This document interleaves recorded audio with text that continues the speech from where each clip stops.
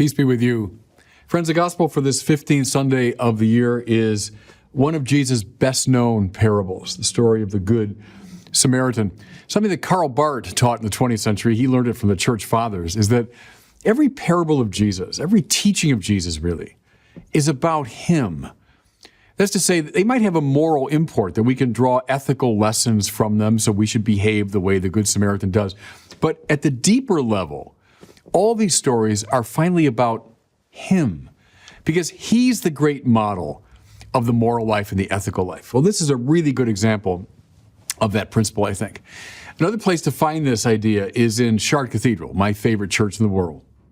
One of the splendid windows in the side of Chartres interweaves two stories: the story of the fall and the story of the Good Samaritan. Again, this is from the church fathers, that these two stories illustrate each other. So let me show you with that in mind, that this story is fundamentally about Christ in relationship to fallen humanity. Let's walk through it step by step. So listen to the opening line of the parable.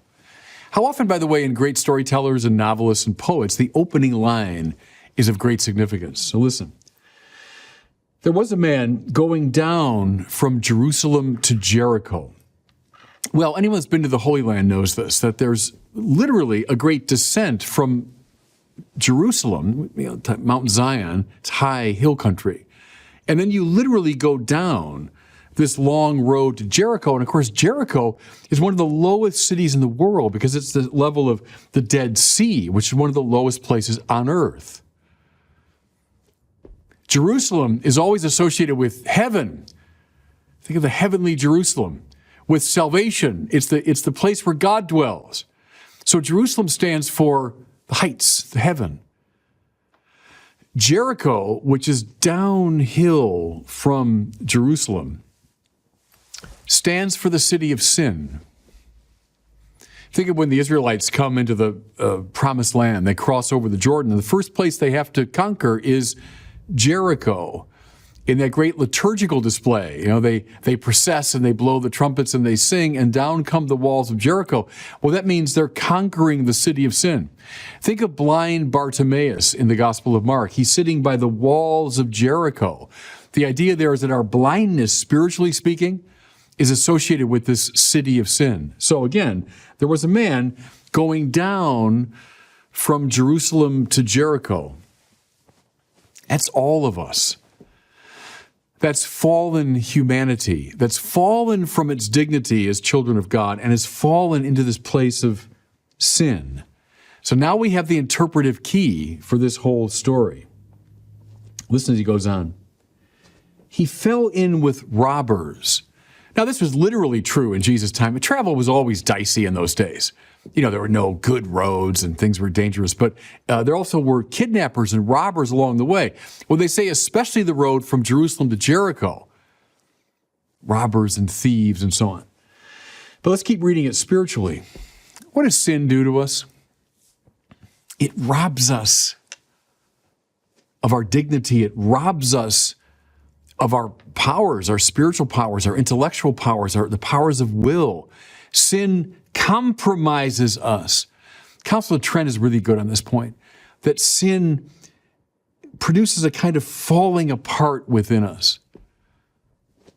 An injustice obtains inside of us. That means we're out of balance, we're off kilter. As sinners, we don't see things right. We don't think about things the right way. Our wills are perverted. Our passions are now at odds with each other and together at odds with our will and our mind. Does that sound familiar now, fellow sinners listening to me? Sin has robbed us of all of this. It's compromised all of us. It's a very important point, I think, for biblical people to make over and against our culture today, which tends so to valorize the individual. All is great with me. Whatever I say is right. Just let my voice be heard. Now, biblical people know that we are severely compromised. We've been robbed of these powers on our journey from Jerusalem down to Jericho. Listen now as they go on. They, the robbers, stripped him, beat him, and then went off, leaving him half dead. I'm going to speak now out of the Catholic tradition. does sin, original sin and its effects, utterly destroy our spiritual capacities? No, we don't say that. We don't have an anthropology of total depravity, to use the technical language. You'll find that in Luther and Calvin, for example. Catholics don't hold that. We hold that we remain in the image and likeness of God, but we are compromised. We're affected. We're debilitated. So this language, to me, seems exactly right. They stripped him. That's an act of humiliation, isn't it? If you're stripped naked in a public place, it's humiliating. Well, sin does humiliate us. Of course it does. They beat him, so we're again, compromised. But then they went off, leaving him half dead. That's about right. We're not spiritually completely dead, but we're half dead. Or turn it around, we're only kind of half alive, we sinners. All right? Listen now as the story goes on. A priest happened to be going down the same road. He saw him, but continued on. Likewise, there was a Levite who came the same way. He saw him and went on. Now, official religion, a priest and a Levite, right? The representatives of law and liturgy and the great Jewish tradition. Is Luke saying here that these are just hopelessly compromised, that these are bad in themselves? No, I don't think so. I mean, no one coming out of the Jewish tradition would ever say that these things are bad in themselves, that the temple and law and Torah and liturgy and all that are bad. No. But notice this little detail that's often overlooked. A priest happened to be going down the same road from Jerusalem to Jericho. The Levite, who came the same way. See, what these stand for, therefore, are compromised versions of religion. Not religion in itself, not religion at its best, but call it compromised versions of religion.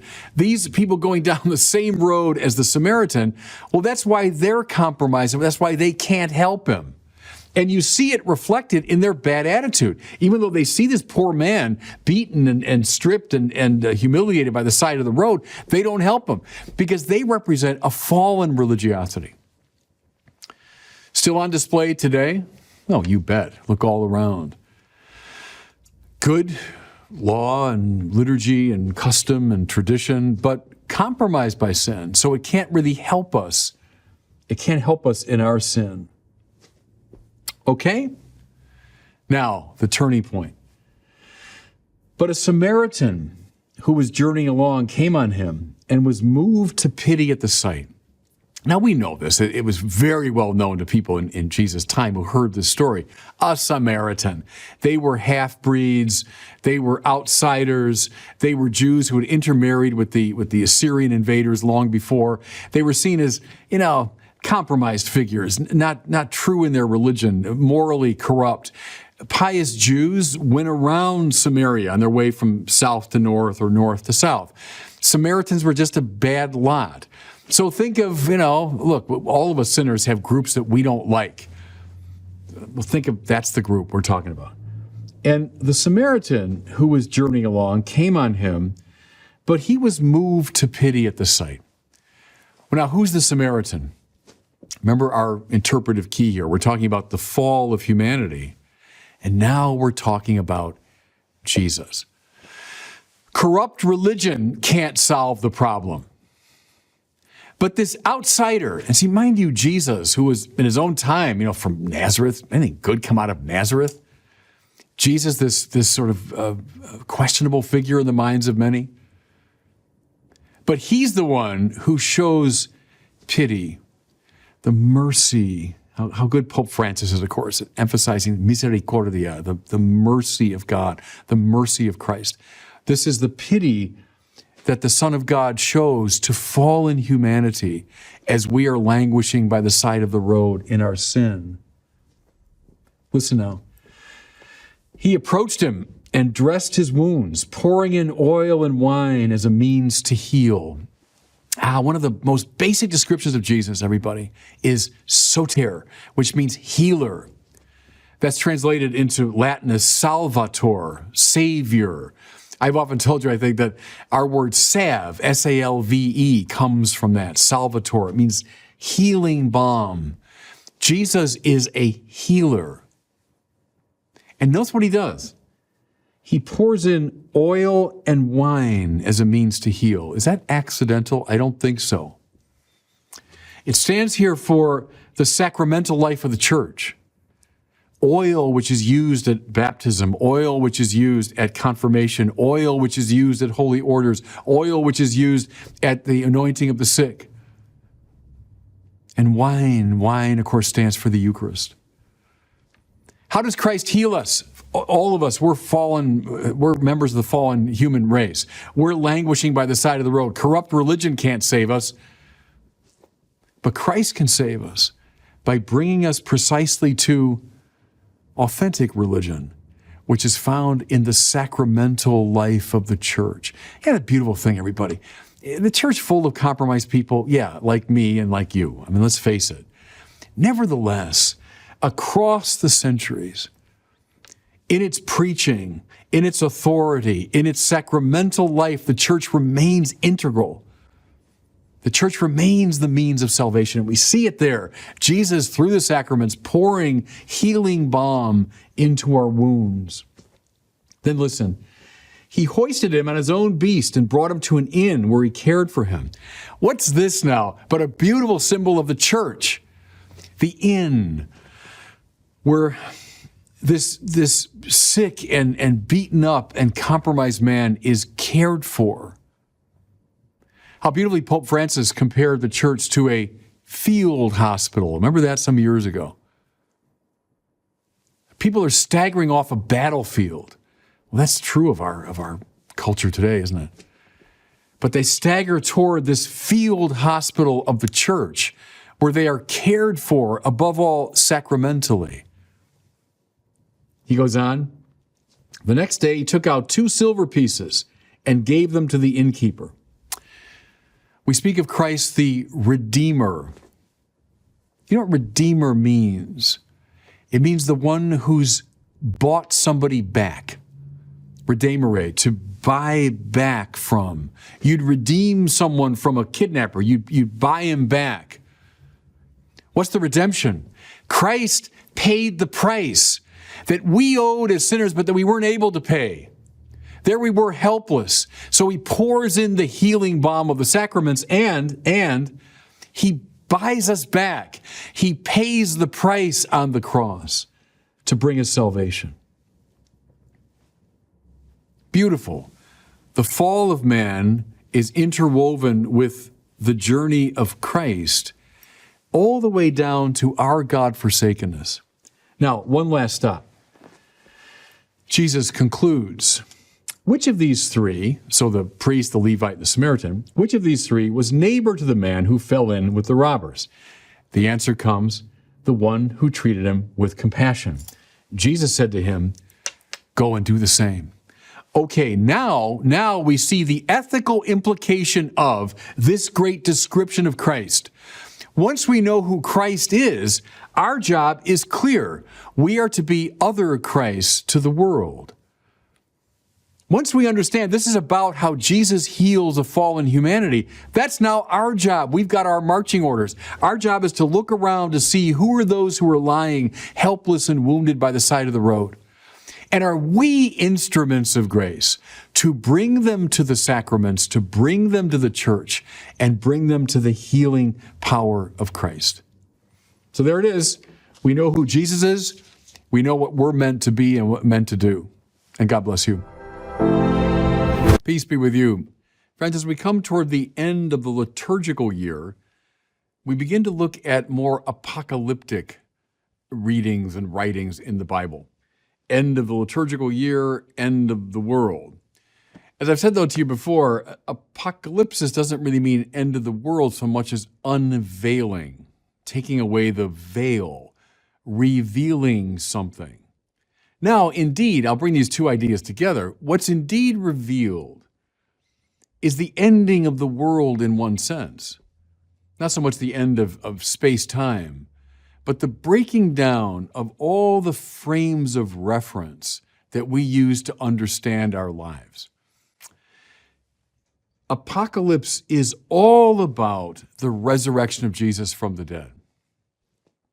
Once they knew that Jesus was risen from the dead, once they saw the risen Christ, they knew that the world they had known was shaken to its foundations. They knew the frames of reference they had always used were no longer valid.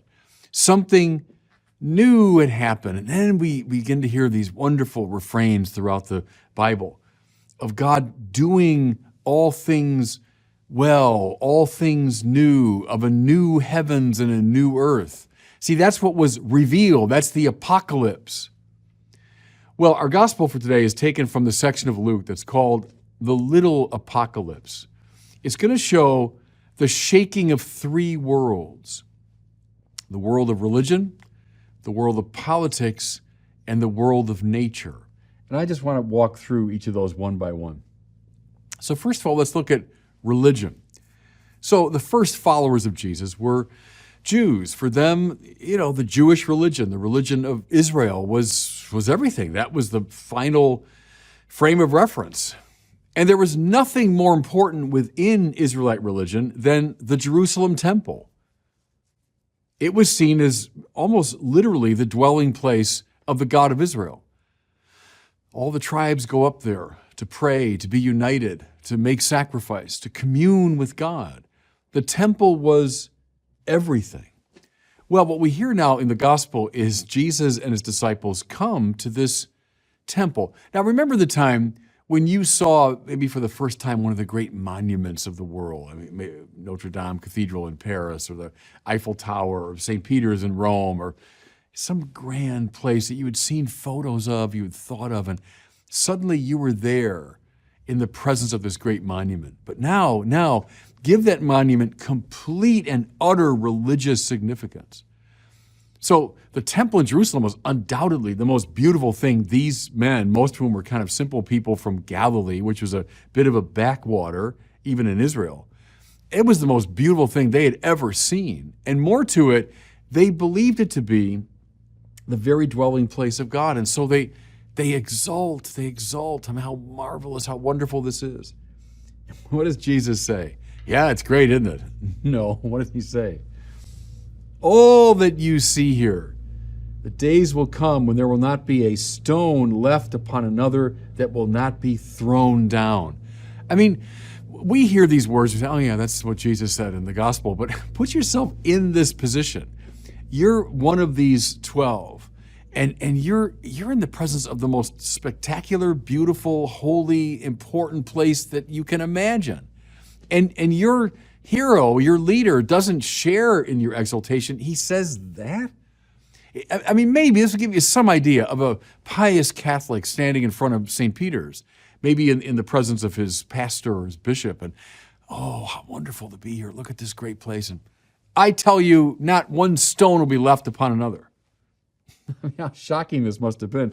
And now, turn the heat up a little bit, because if you go to the Gospel of John, what do you hear? Jesus declares himself to be the agent of the destruction of the temple. I will tear this place down and in 3 days rebuild it. Well, what is going on? Can I suggest to everybody, what's going on here was a shaking of the foundations of the religion that Jesus' own followers took to be of ultimate concern. What shook those foundations finally? It was the resurrection of Jesus from the dead. When they saw the risen Christ, they realized the temple in Jerusalem was no longer the place where divinity and humanity came together. They realized that the institutions of their religion that were not of ultimate concern, that now Jesus in his risen body is the place where divinity and humanity definitively come together. The risen Christ is now the place of instruction and healing and peace and reconciliation. The old way, even this highly sacred dimension of the old way, shakes and gives way to something new. You know, with this idea in mind, reread much of the Pauline literature. I mean, the letters of St. Paul. Paul, Rabbi Shaul, whose whole life was about the religion of classical Israel. And when he saw the risen Christ, he knew that that foundation, which was at one time everything for him, has now been shaken. Okay? What's the second great shaking that happens through the resurrection of Jesus? Can I suggest it has to do with politics and the political order? Now go back to Jesus' time and his part of the world. Politically, the most fundamental reality was Rome, the power of Rome, the emperor of Rome, Rome's governors in various provinces. That was the political establishment. When you wanted to signal your loyalty to Caesar, you would say to someone else, Kaiser Kyrios, Caesar is the Lord, and he'd respond to you, Kaiser Kyrios, Caesar's the Lord. It's under Roman authority, under the protection of Roman power, that we find our political stability. What happened to the first Christians when they experienced the resurrection of Jesus from the dead? They knew that that frame of reference too was shaken, that it was no longer ultimate, that Caesar was not the one to whom their final allegiance was due. Now, mind you, I'm not suggesting Jesus was a zealot or a political revolutionary. He wasn't. He wasn't suggesting, let's have a new type of political order and I'm going to be the king in the worldly sense. No, none of that. Nevertheless, the risen Jesus is indeed king in this fully spiritual and religious sense. He is the one to whom final allegiance is due. He is now the one in and by whom our lives are properly ordered. Now, I said this to you before. Can you see now why so many of the first Christians ended up in prison or dead?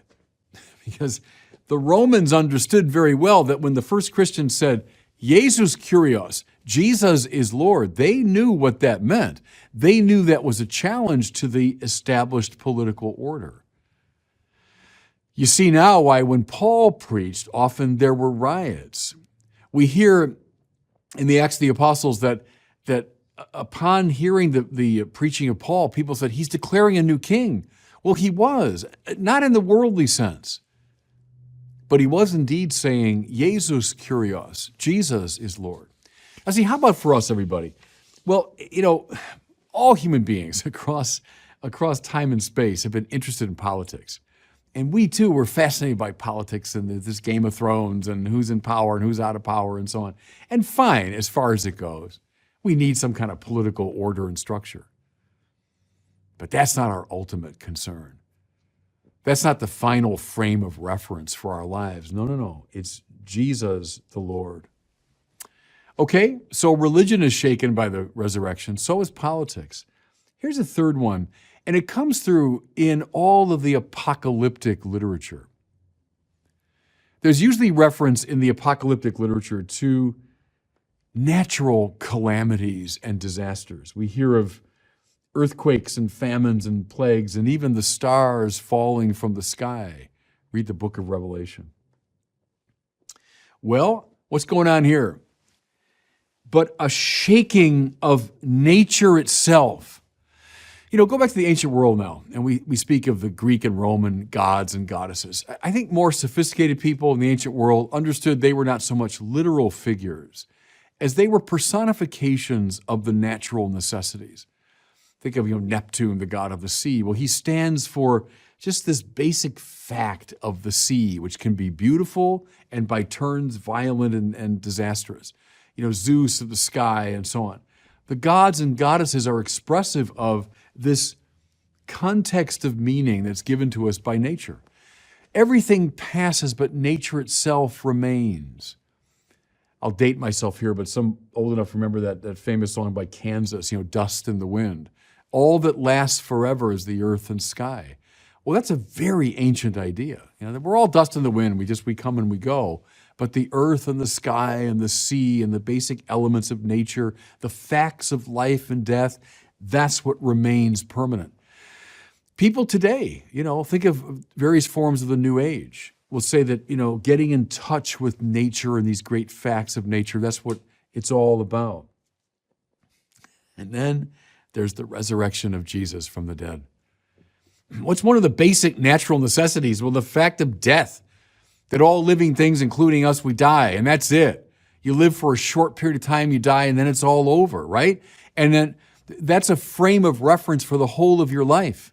But then Jesus rose from the dead, which means even that most basic natural necessity has now been shaken. And if death itself is shaken, well, then the whole context of nature is shaken. There's a power, listen now, a power that's greater even than the natural necessities. And that's the power of the Creator God, the God who in fact gave rise to nature. God is not positioned by nature. Nature is positioned by God. And the resurrection of Jesus shows that nature itself is under His aegis, under His lordship. So don't orient your life the way a lot of New Age people do today in terms of the natural necessities. No, they're not ultimate. The God of Jesus Christ is ultimate. The old forms of religion passing away. The old political order, that's broken, it's shaken. Christ is Lord. Even nature itself is shaken to its foundations by the resurrection of Jesus. Can I suggest to everybody, this is what's being revealed in the resurrection. This is the apocalypse, the unveiling that happens. Name one ancient culture that would believe in, all you need is love, as John Lennon also said with the Beatles, and the brotherhood of man. Those are Christian ideas, inescapably so. So you can't say on the one hand, imagine no religion, no hell below us, above us only sky. No, God. But boy, oh boy, do we want the brotherhood of man. You can't do that. That doesn't work. The brotherhood of man follows from the fatherhood of God. And that's an old Christian idea.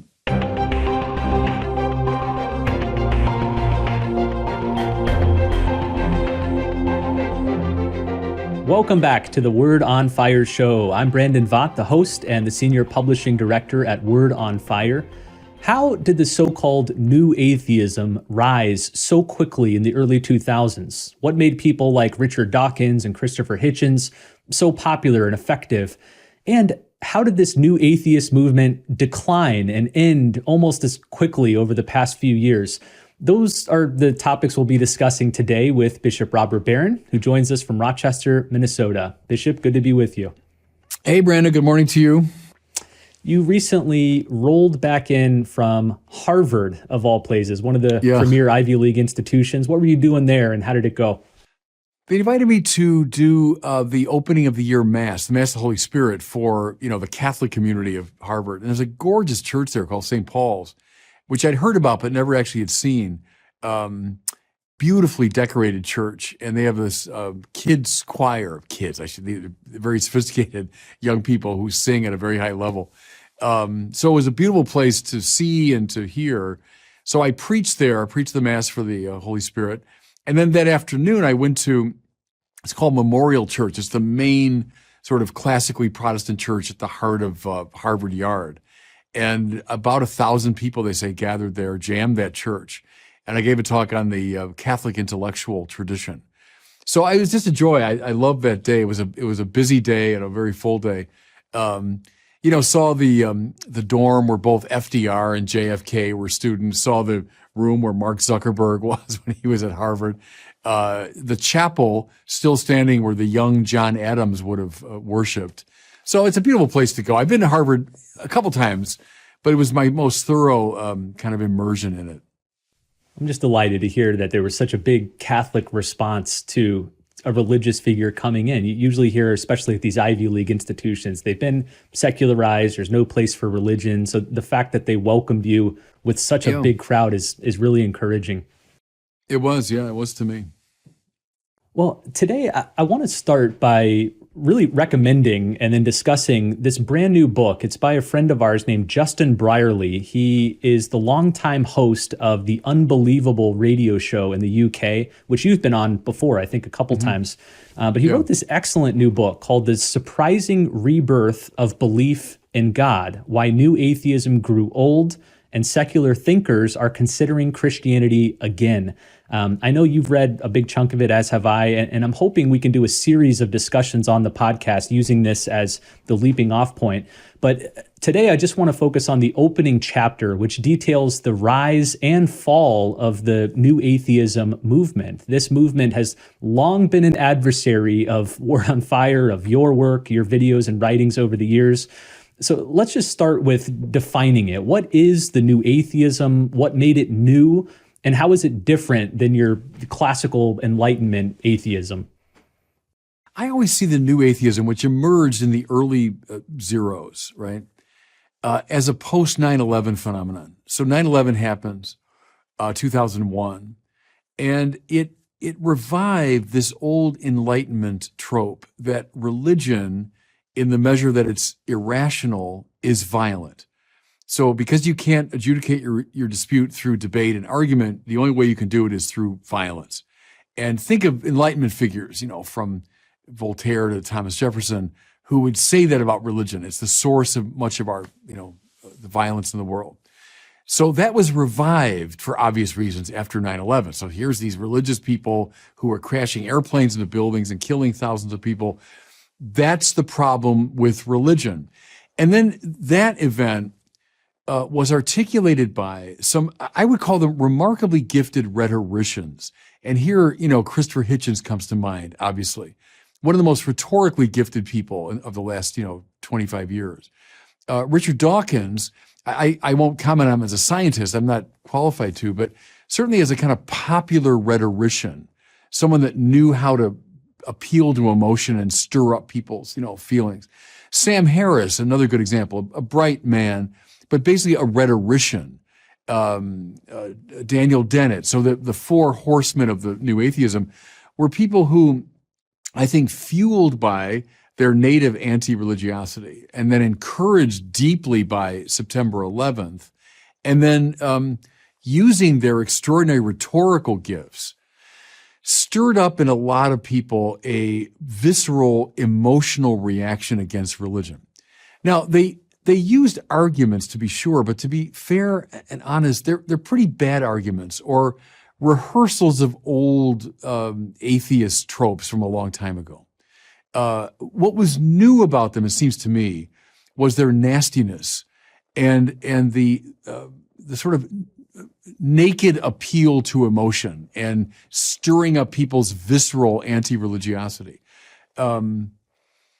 That was what was new about it, seems to me. Not the arguments as such, which are actually rather old and tired. I'll say this, our ministry, I think my Word on Fire ministry really begins at that same time, right around the year 2000. I started doing internet work, 2006, 2007, right at the time when the new atheists were very much in vogue. And so I confronted right away armies of young people that had been evangelized by the new atheists. And, I see it now maybe as it's an expression of the divine providence that our work commenced right when there was this enormous animosity toward religion. But to answer your question, I think that's what was new about them was post-September 11th, the kind of nasty, provocative, rhetorical style of these authors, and the fact that they did influence large swaths of young people. I know a lot of commentators look at the rise of the new atheism and ask themselves, why did it arise when and where it did? And you've hinted at one of the major causes, the 9/11 attacks.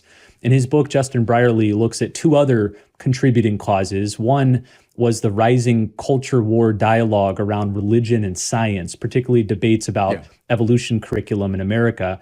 And then thirdly, the rise of the internet and social media. Talk about those latter two, the faith and science, internet, social media. How did these fuel the new atheism?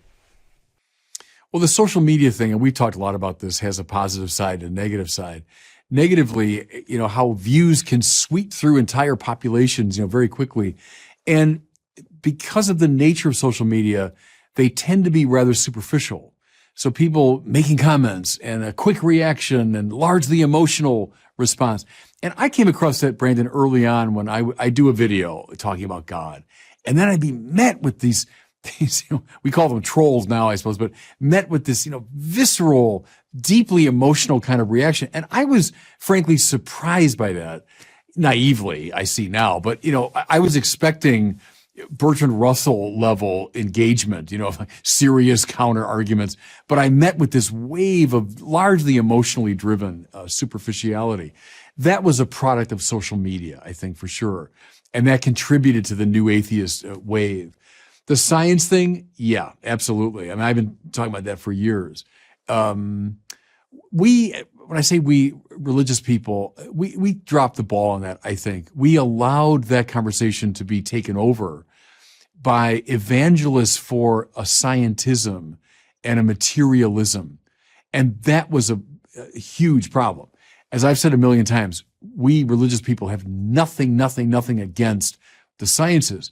What we do stand against is the philosophical perspective of scientism or materialism that says reality is simply coextensive with what can be seen and measured, empirically. Well, that's a highly controversial philosophical position to take, and one that is very hard actually to justify. But we did allow the conversation, I think, to get hijacked and co-opted by those who were coming from that perspective. And what they did is they made religion seem then silly and primitive and pre-scientific and mythological. And that was, of course, used by all the new atheists. Dawkins was a scientist, Dennett's a scientist, Sam Harris is like a neurologist, right? He's a brain. Hitchens is a journalist, but the other three were scientists, and they used that. I'd call it deeply mistaken view. That materialism is simply self-evident because of what the sciences have discovered. So you uploaded your first YouTube video in 2007, which, as you noted earlier, was right in the sweet spot of when this new atheism was arising. Yeah. In fact, from 2006 to 2008, the bookend years, all four of these new atheist horsemen released best-selling books denouncing God. So Richard Dawkins, The God Delusion; Christopher Hitchens, God is Not Great, How Religion Poisons Everything; Sam Harris, Letter to a Christian Nation; and Daniel Dennett, Breaking the Spell, Religion as Natural Phenomenon. Each of these books sold hundreds of thousands, in some cases millions of copies, massively popular, especially among young people. I remember I was in college at this time, seeing so many college kids in the library, on campus with these books. Why do you think young people responded so eagerly to these new atheist materials? Because of I'll be judgmental here, but the superficiality and the very highly rhetorical style of these books. So that will appeal to someone who doesn't have a real critical edge, hasn't considered these questions deeply.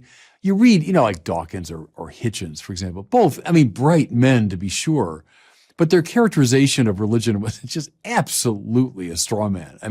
It betrayed zero sense of a sophisticated approach to the Bible or to theological questions. But they were so rhetorically gifted that a lot of young people were swept up in it. Secondly, and this is as old as Adam and Eve. What I mean is, there's always a kind of resentment against religion, because religion speaks of God and God's demand. Well, at some deep level, all of us sinners, we don't want that. We don't want God making demands on it. We don't want God telling us how we should live. We don't want a very objective moral norm hovering in front of us. I'd rather live my life on my own terms. So someone comes along and in a at least rhetorically persuasive way says, there is no God. Religion's all nonsense. There is no God. Well, there's a kind of permanently adolescent side of me that will always say, hey, great. Now I can live the way I want to live. I think there was a lot of that too in the popularity of these figures. So the New Atheists had a heyday for about a decade. It wasn't until the early to mid 2010s that you begin to see the New Atheism dwindle, and then ultimately, I think it's safe to say, fall apart. Justin Brierley traces a lot of this out in his book. There were scandals and infighting among the many atheist and secular groups, complaints about the leaders being all old white men. But Brierley also points to this interesting tension that eventually broke. He said, on the one hand, these new atheists like to present themselves with tremendous bravado and arrogance. In fact, some of them called themselves the brights, in contrast to the dulls, the religious people. Yeah, they were supremely confident. But on the other side, they seemed to also be supremely cowardly. I know that during these years, it was one of your own gripes about the new atheists that they refused to debate some of the leading religious lights, people like William Lane Craig, and instead would pick on the least sophisticated, the easiest religious people and arguments. Is that the case? Yeah, it's interesting. I'll give Hitchens credit. He did debate Craig, and I think Sam Harris did too. There's a famous debate at Notre Dame. And, watch the Hitchens-Craig conversations. Because what I've noticed in them, I think Hitchens, almost despite himself, was impressed by William Lane Craig and knew that he was dealing with a formidable opponent. And he realized, okay, my rhetorical games aren't going to work with this guy. And so they all relied on their usual tropes, but they didn't work with someone as serious as Craig. And so I think those are kind of instructive. And I wonder too, and this is part of Brierley's argument, that as formerly agnostic and atheist people begin to take a deeper, closer look at religion, was it because the new atheists, in their bravado, as you say, summoned us again to pick up our game? Now this goes back to one of my themes that makes some Catholics mad, but it's simply the case that we dumbed ourselves down for so long. We dropped all those tools, all those weapons, which I don't hesitate to call them, the weapons that we can use to fight off those who are trying to attack us. And in the measure that we left all that to the side, we were defenseless. When these superficial attacks were coming at us, we weren't able to defend ourselves. I think as the new atheists did engage serious religious people, something began to shift in them, and they realized, wait a minute, maybe we are being too abrupt here, or maybe we aren't being sufficiently reflective. And that's, I think, an interesting part of Brierley's story. Brierley seems to agree with you. In fact, he provocatively says at one point, "I thank God for Richard Dawkins. Our harshest critics are often the ones who help us to grow the most." He says, new atheism has revitalized the intellectual tradition of the Christian church in the West. Would you agree with that? Yeah, right. Certainly at the apologetic level. And I press it too, Brandon, because I would say to theologians operating at a very high level, university theologians, that they lost their connection to the living church and the connection to apologetics. Go back to Thomas Aquinas, who was a theologian at the very highest level of speculative systematic theology.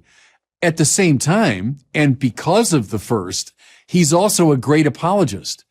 I think we drove a wedge between apologetics and high speculative theology, where our best university people didn't engage these attacks on the church at all, it seems to me. Craig is the great counterexample. So I think that's a good development from it, that we need to reintegrate our high university speculative theology and on the ground apologetics. I want Jean-Luc Marion and David Tracy and those people in the front lines of apologetics, and not just entertaining the highest, most abstract questions. So I think in all those ways, it has awakened us, yeah. If I can mention just one more reason that Brierley gives for the collapse of the new atheism, he notes that it's essentially parasitic, that it has nothing positive to offer, that at the end of the day, it failed to satisfy the longings of its adherents. Let me read you a couple paragraphs that he wrote. He said, many people had turned to the new atheism for its promise of a brighter, more rational, and more scientific future. They believed it held the key to human flourishing. Just as the secular anthem Imagine had envisioned a world without religion, heaven, or hell, it was only reasonable to suppose that the song's utopian brotherhood of man would naturally follow. Yet, despite John Lennon claiming it was easy if you try, it turned out to be quite complicated. What could a movement that was built on tearing down God erect in his place? Science was the obvious alternative. Surely that was an objective truth to which all people could aspire. But science turned out to be a poor substitute for a savior. Science can tell you how the universe arose, but not why it is there. It cannot purchase a meaningful existence. I think he's getting on a really key insight that the new atheism was really effective at causing people to doubt God's existence and the goodness of religion, but very bad at providing any satisfying alternative. Would you agree? No, quite right. I go back to Tom Holland here. You know, his great work has been showing that the great ethical values of the West that we say, oh, they're grounded in the Enlightenment, in fact, are inescapably Christian values. Now, link that to John Lennon. So, you know, the brotherhood of man. Did Julius Caesar believe in the brotherhood of man? Tom Holland, who knows the Roman world as well as anybody, say absolutely not. You know, would the ancient Greeks have believed in the brotherhood of man? Absolutely not. Name one ancient culture that would believe in, you know, all you need is love, as John Lennon also said it with the Beatles, and the brotherhood of man. Those are Christian ideas, inescapably so. So you can't say on the one hand, imagine no religion, you know, no hell below us, above us only sky. No God. But boy, oh boy, do we want the brotherhood of man. You can't do that. That doesn't work. The brotherhood of man follows from the fatherhood of God. And that's an old Christian idea. Holland, I think, is as good as anyone today at showing that relationship. And so the new atheists wanted the brotherhood of man business, but they sawed off the branch they were sitting on, right? And then science, right, is a very poor substitute. The physical sciences are great. We love them, and they make our lives much more convenient because of technology, and they give us insight into, you know, the planets, and all that is great. But they won't tell you one little thing about the meaning of your life, the purpose of your life, what makes life beautiful, what makes life morally upright, what's the ultimate purpose of my existence. The sciences won't give you that. Finally, you're a new atheist and say, there's no God. And young people, all right, you know, stick it to religion. And, oh, yeah, we want to get rid of all that. And what am I left with? I came from nothing. I'm going to nothing.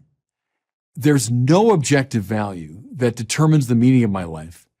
And I'm stuck in an existential desert. That's where the new atheism, like the old atheism, has left me. And so once I get over the kind of my adolescent, you know, sense of triumph, that's what I'm left with. Now, welcome into the picture the Jordan Petersons and the Tom Hollands and the Douglas Murrays and people who maybe would have identified as agnostic or even atheist and are starting to say, now, wait a minute. There's something in this religious thing that's not just stupid superstition and oppression and, you know, religion poisons everything, that maybe there actually is something to what the great religions have been saying. And that's the moment I think Brierly identifies correctly as where we are right now. We're at kind of a turning point moment. Yeah, I think that's, to me, the most fascinating part of Brierly's book is he's pinpointed this reality that the new atheism has become tired and spent, and the church shouldn't spend its time wasting away by arguing with the Dawkins and the Hitchens of the world and their acolytes today. But we've got this new vanguard of interesting skeptics and non-believers. You've mentioned several names already: Jordan Peterson, Douglas Murray, Tom Holland, Dave Rubin, many of whom you've had conversations with. Brierly has as well. And what Brierly notes is that these guys are asking different questions. They're interested in different things, posing different challenges than the new atheists of before. In your own interaction with these figures, have you noticed that shift as well, that there's a new interest, a new type of question being asked? You know, go back to Dave Rubin, because I've been on with him a number of times, I think 3 or 4 times. The very first time was out in L.A., and I was on his show. And at that point, he was an atheist and said so, and told me he climbed to the top of Mount Sinai because from his Jewish background, he was interested in doing that. And he said, You know what happened when I got to the top? Nothing.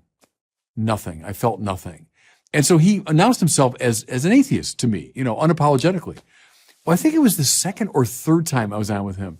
I casually said it. I didn't mean it in any way to be critical. I just said, now, Dave, for you as an atheist to say that, that's rather interesting. And he paused and he said, I don't think I'm an atheist anymore. And that's when I realized, okay, something has shifted around. Now, what was happening was he was traveling at that time with Jordan Peterson, who was talking a lot about, obviously about God. He's talking about the Bible, about the spiritual dimension of life. And I think it had a big impact on Dave Rubin. And then Peterson himself, of course, is a prime example of this.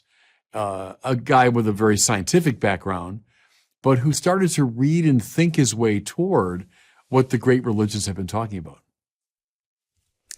Well, I'd like to encourage everybody, again, to pick up Justin Brierley's new book, The Surprising Rebirth of Belief in God, because what I'd like to do is for future conversations, walk through some of the additional chapters in the book where he notes the questions that skeptical seekers are asking in regards to science, culture, history, and the Bible. So maybe we can have a separate conversation about each one of those topics.